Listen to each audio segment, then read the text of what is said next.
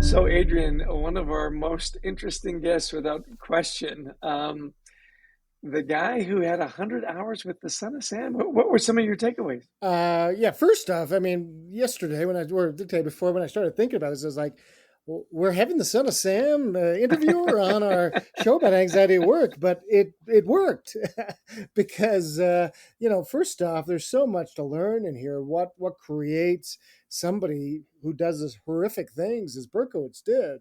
Of course, again, starting in the womb, but just that importance of bonding with people and not just fly by night. How you doing? Oh, fine.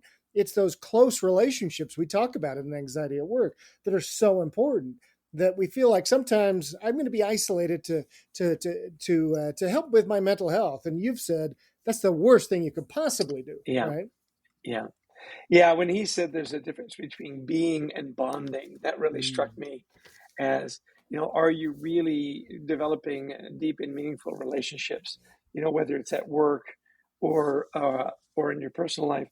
And this idea too that isolation is such a big issue in yeah, driving stress and driving us. And he makes the point that the pandemic, that of all the yeah, things that happened, that was probably the most detrimental. And we talked to lots of people. I remember we had a story of a grandma who had to isolate. She had a fragile health and no one could come see her. And she said, "I haven't had a hug in a year and a yeah, half." yeah. And how devastating that is when you're disconnected. You're being, but you're not bonding, was one of my big takeaways. Yeah, it's so poignant, and that's why we started this podcast was in the pandemic to give people a little bit of hope and how to deal with things. I love that the idea kind of coming back to more relationships. That idea of relationships begin when you say, "Oh, you too." That's Yeah, powerful yeah. when we create and you seek for them. Sometimes you're not going to create a connection with a person. That's fine. But often you will. I was just in the doctor this morning and the eye doctor, and we started connecting. All of a sudden, oh, he'd been in England for a while, and I had been in England, and we started creating a connection. You look for those things if you, as he says, put yourself out there. So if you feel yourself alone at work or whatever group you're in, it's time to kind of break out of our comfort zone. Yeah, the other thing that he talked about was in your childhood, the crystallizing moments and the paralyzing moments, and Mm, that shame was such a driver of stress and anxiety and pulling back. You know, it really struck me that we are in a society that's very unforgiving right now. yeah, yeah, Whether it's the online bullying or the divide that we seem to have in any kind of political discussion, this idea of shaming is yeah, something we've really got to have to do a better job dealing with. And as parents, it's very easy to shame our kids and to get them to do something. And that to me really stuck out, that the fear and stress and shame was a big driver of anxiety and then caused all these other yeah. problems down the road. Yeah, yeah. We don't realize how much sometimes we can be affecting, people around us, our loved ones, people at work.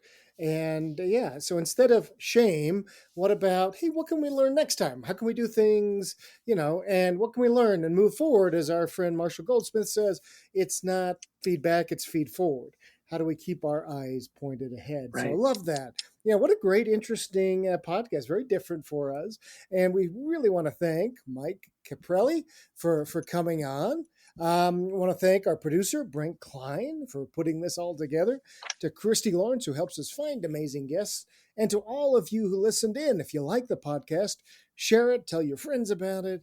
We'd also love you to visit thecultureworks.com for free resources, including chapters of books that are free, all the news about our new book, The Gratitude Habit and 90-Day Journal.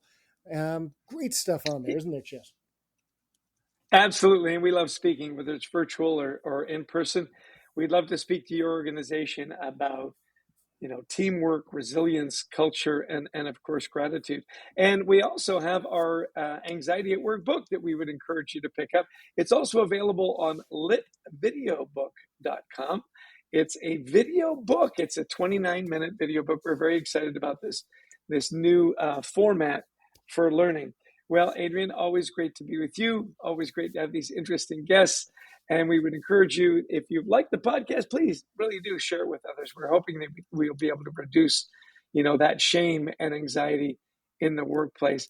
Adrian, I'll give you the final word. Wrap us up. Well, just want a big thanks to Chester. He's on the road. He's in a hotel room in St. Louis, and but believes so much in this. This is our passion project. We do this out of our own pocket. We do this because we really want to give back and make sure that people feel like they have a resource to deal with anxiety they're dealing with in their work. So until next time, we wish you the best of mental health. And that's a wrap.